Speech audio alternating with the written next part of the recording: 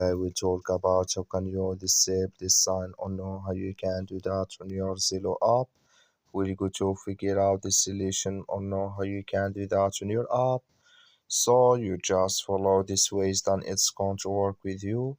So all you have to do, so you just go here above this sign, click on it, and just clicking this sign, it's going to show for you a list like this here. Then all you have to do, you just click here on options, just click on it here. Then you come to this list, then all you have to do, you just click here on notifications, just click on it here. And just click here on notifications, just click on it. Then you come to this list here, you go down, just keep going down. Come here to show to just where in the background, clicking this sign or this color. Like you see here, color, it's gone. That's mean it's disabled with us now. That's all you have to do. Thank you for watching. Don't forget to support us by liking and subscribe.